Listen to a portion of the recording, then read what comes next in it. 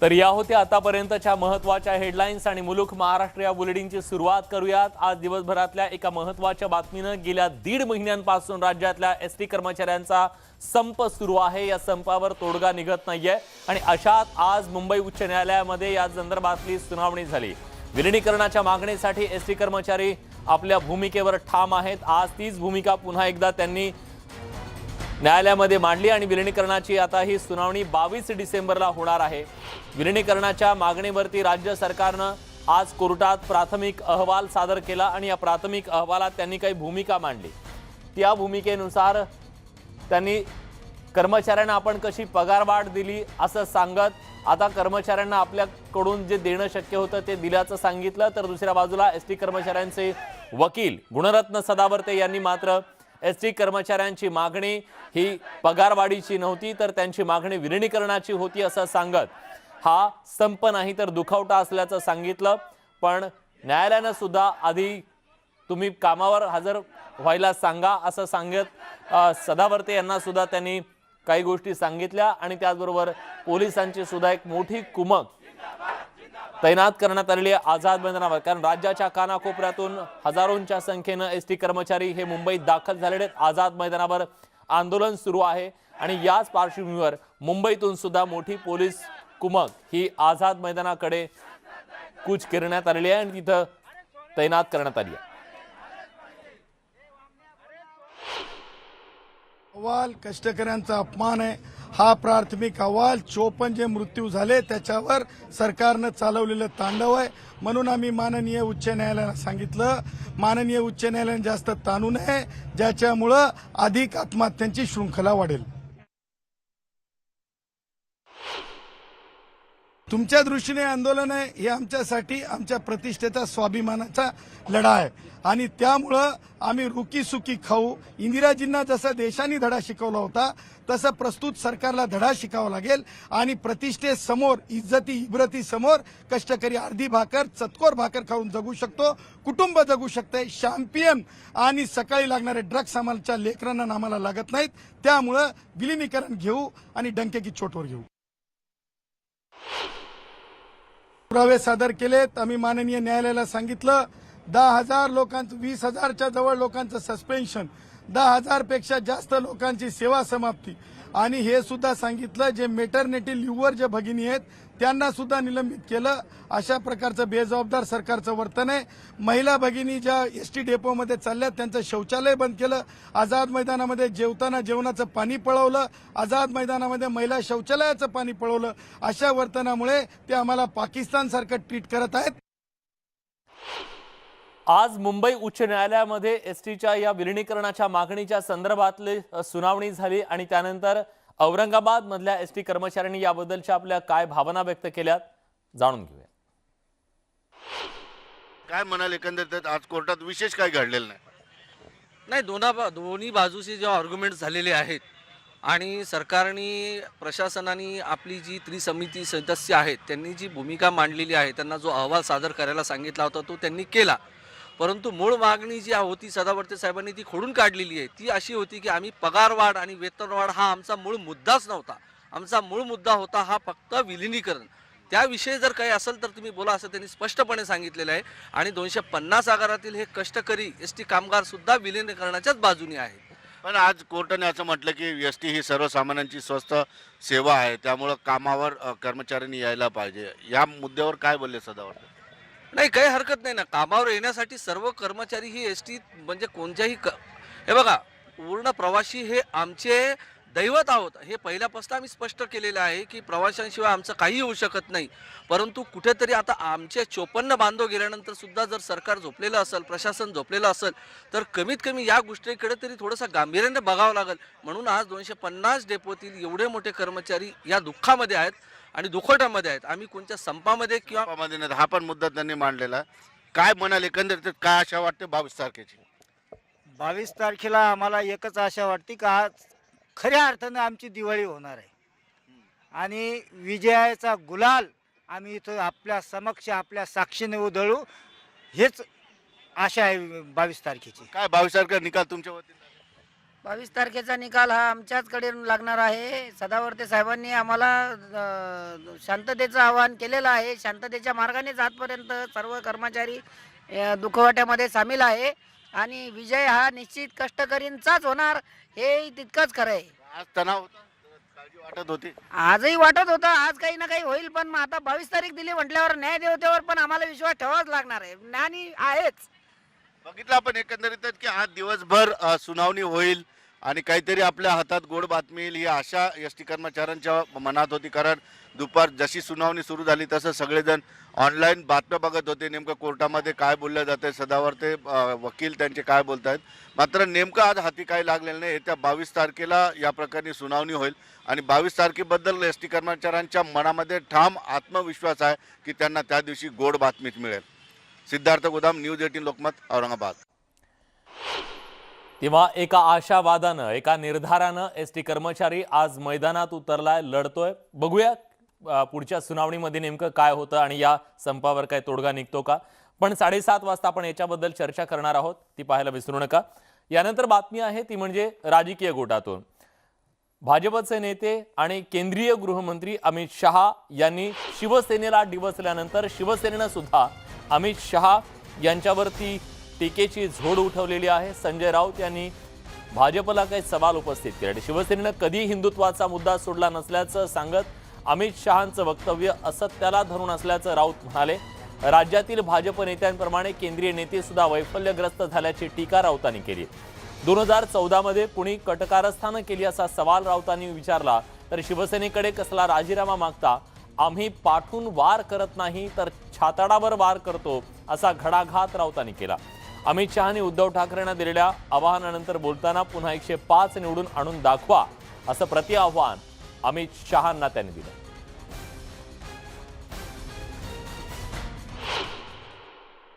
मैं महाराष्ट्र के चुनाव में 2019 में आया था.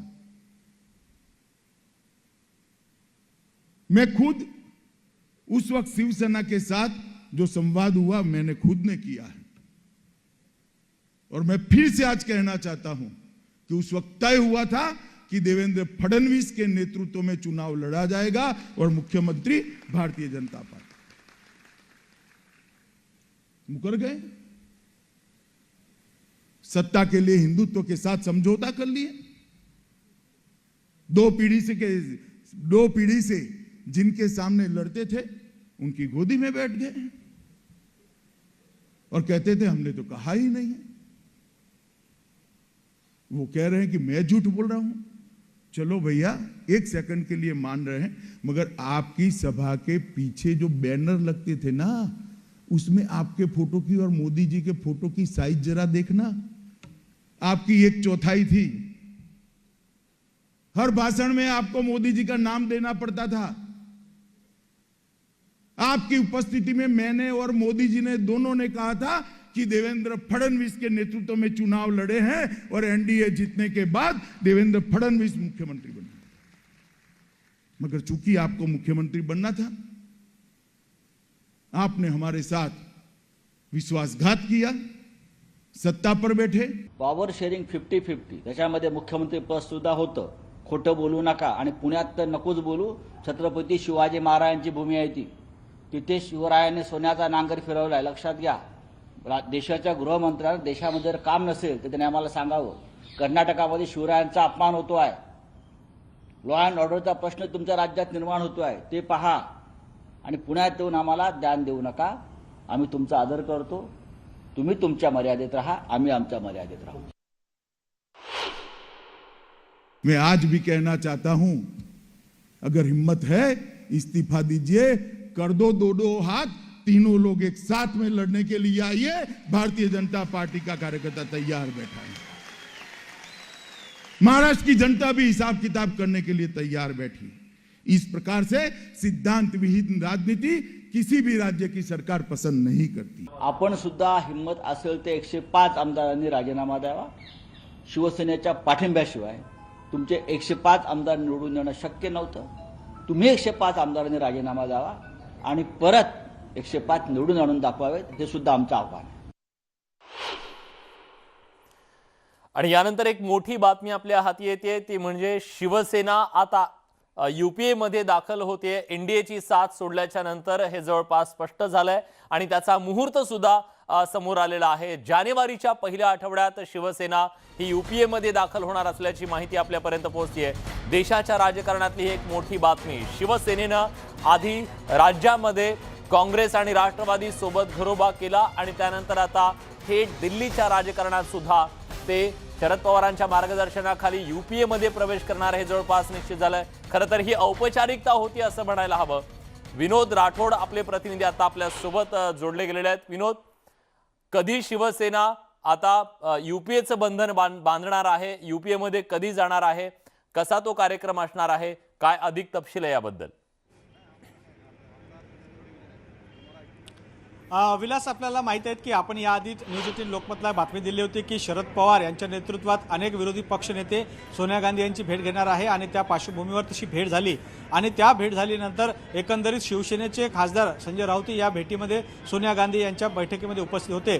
यानंतर मात्र आता हे मात्र नक्की झालं आहे की UPA मध्ये शिवसेनेला कधी जायचं याबाबत त्या ठिकाणी शाशंका होती, परंतु आता मात्र शिवसेना हा UPA जाण्याचा मुहूर्त ठरला आहे। जानेवारीच्या पहिल्या आठवड्यामध्ये शिवसेनेचा UPA मध्ये प्रवेश होणार आहेत आणि या प्रवेश सोहळ्यामध्ये खास करून शरद पवार, सोनिया गांधी आणि उद्धव ठाकरे यांच्या उपस्थितीमध्ये हा कार्यक्रम होणार आहेत आणि या पार्श्वभूमीवर एकंदरीत आता ज्याप्रमाणे राज्यामध्ये महाविकास आघाडीचं सरकार आहे त्याचप्रमाणे आता केंद्रामध्येही सरकार आणण्याच्या दृष्टिकोनातून एक UPA तयार करण्यात येत आहे आणि त्याच अनुषंगाने UPA ला ताकद देण्याचं काम आता शिवसेनेच्या माध्यमातून होणार आहे। पण विनोद, याचा अर्थ असा घ्यायचा खरं तर आतापर्यंत स्थानिक पातळीवर म्हणजे प्रादेशिक पातळीवरती शिवसेनेला काँग्रेसनं सोबत घेतलेलं होतं, पण देश पातळीवर शिवसेनेला सोबत घेताना काँग्रेसच्या मनात काही किंतु परंतु होते।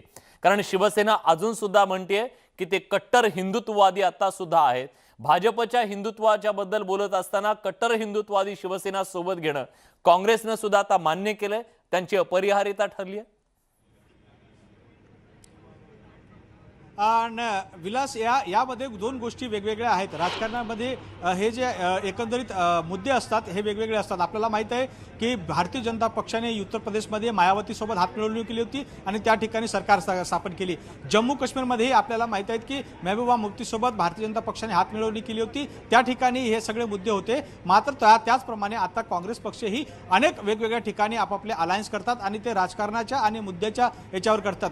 हा मुद्दा एक असू शकतो, परंतु सध्या मात्र परिस्थिती अशी आहे की ज्याप्रमाणे महाविकास आघाडीचं सरकार राज्यामध्ये सुरू आहे अशीच भूमिका आता केंद्रामध्ये शिवसेना बजावणार असल्याची एकंदरीत या ठिकाणी पाहायला मिळते आणि शिवसेनेशिवाय UPAचं एक मोठं गठबंधन किंवा एक मोठं आघाडी या ठिकाणी होणार नाही असंही दिसून पडतं आणि यासाठी शरद पवार यांनी स्वतः पुढाकार घेतला आणि त्या पुढाकाराच्या आधारावर आता मात्र शिवसेना आता राष्ट्रीय राजकारणामध्ये प्रामुख्याने येणार आहेत। असे जे एकंदरीत मुद्दे येतात ते राजकारणामध्ये वेळोवेळी बदलत असतात, कारण राजकारणामधले जे मुद्दे आहेत ते सामाजिक मुद्दे आणि खास करून राजकीय मुद्दे या गोष्टीवर आधारित असते की लोकसंख्येचा कल कोणत्या बाजूने आहे त्या आधारावर मुद्दे ठरवले जाते। विलास, नक्कीच धन्यवाद तुम्ही दिलेल्या सगळ्या सविस्तर माहितीबद्दल। तेव्हा UPA मध्ये शिवसेना जाणार आणि सोनिया गांधींच्या नेतृत्वामध्ये त्यांच्या उपस्थितीमध्ये शिवसेना ही UPA मध्ये जाते।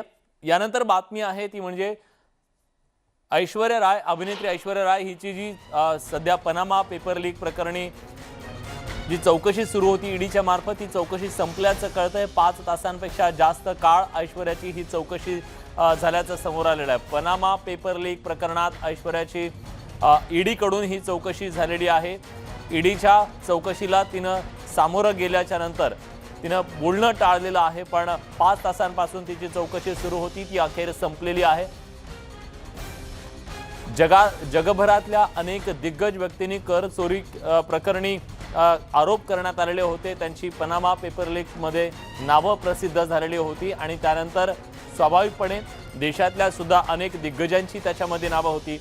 आता ईडीनं हे सगळं प्रकरण आपल्या चौकशीच्या रडारवर घेतलेलं आहे, त्यामुळे ऐश्वर्या राय अभिनेत्री हिची चौकशी आज ईडीच्या मार्फत झाली। तब्बल 5 तास ही चौकशी चालल्याचं कळतंय, पण यानंतर माध्यमांशी बोलणं मात्र ऐश्वर्यानं टाळलेलं आहे। आपल्या वकिलांसोबत ती तिथं पोहोचलेली होती। ही थेट दृश्य आपण बघतोय काही वेळापूर्वीची, जेव्हा ऐश्वर्या ही चौकशीच्या नंतर बाहेर पडली। प्रशांत लीला रामदास आपले दिल्लीचे प्रतिनिधी आता आपल्या सोबत आहेत। प्रशांत, ऐश्वर्याच्या या 5 तासांच्या चौकशीतून ईडीला नेमकं काय सापडलं? महत्वाचं म्हणजे जर बघितलं ज्या पद्धतीने आज दुपारी साधारणतः 2 वाजता दरम्यान ऐश्वर्याच्या चौकशीला सुरुवात झाली आणि त्यामध्ये ज्या पद्धतीने विविध जे माहिती पुढे आली होती त्यामध्ये एकतर पनामा लीक प्रकरणामध्ये ज्या ऐश्वर्या बच्चन यांचं नाव पुढे आलं होतं, त्यानंतर बच्चन कुटुंबियाचं देखील नाव पुढे आलं होतं आणि यामध्ये या चौकशी दरम्यान अनेक कागदपत्र देखील यांनीही ऐश्वर्या यांनी दिल्याची माहिती पुढे आलेली आहे. या कागदपत्राची तपासणी केल्यानंतर पुन्हा एकदा होऊ शकतं अभिनेत्री ऐश्वर्या राय यांना ईडी कार्यालयाच्या वतीनं समन्स बजावण्यात येईल, त्यांना पुन्हा बोलण्याची शक्यता व्यक्त केली जात आहे आणि ज्या पद्धतीनं 500 पेक्षा जास्त भारतीयांची नावे आहेत त्यासोबत त्यांना देखील या नावांचा उल्लेख करण्यात आल्याची माहिती पुढे आलेली आहे. त्याचपैकी यांच्या कंपन्यांसोबत या शेल कंपन्यांसोबत कसा संबंध आला याची देखील माहिती या संपूर्ण 5 तासाच्या चौकशीमध्ये केल्याची माहिती पुढे आलेली आहे. या संदर्भात आता लवकरच होऊ शकतं ईडीच्या वतीने देखील काही माहिती देण्यात येईल. पण महत्वाचं म्हणजे शेल कंपन्या आणि त्याच्या ऐश्वर्या रायची आई, त्यांचा भाऊ आणि त्यांच्या वडिलांच्या नावावरती जे संचालक बनवण्यात आलेले आहे त्यानंतरच्याही शेअर होल्डिंगची माहिती देखील यावेळी विचारण्यात आल्याची माहिती पुढे आलेली आहे. या सगळ्या माहितीच्या आधारावरती पुन्हा आगामी चौकशी करण्यात येईल, इतरही चौकशी करण्यात येईल. ही जर चौकशी यामध्ये तथ्य जर आढळलं तर होऊ शकतं की ऐश्वर्या राय यांना पुन्हा एकदा समन्स बजावण्याची शक्यता आहे. जर यामध्ये तथ्यात्मक चुकी आढळली तर होऊ शकतं ऐश्वर्या राय यांना पुन्हा एकदा समन्स बजावून त्यांना अटक देखील केली जाऊ शकते. स्टुडिओ. धन्यवाद प्रशांत, तुम्ही दिलेल्या सगळ्या सविस्तर माहितीबद्दल.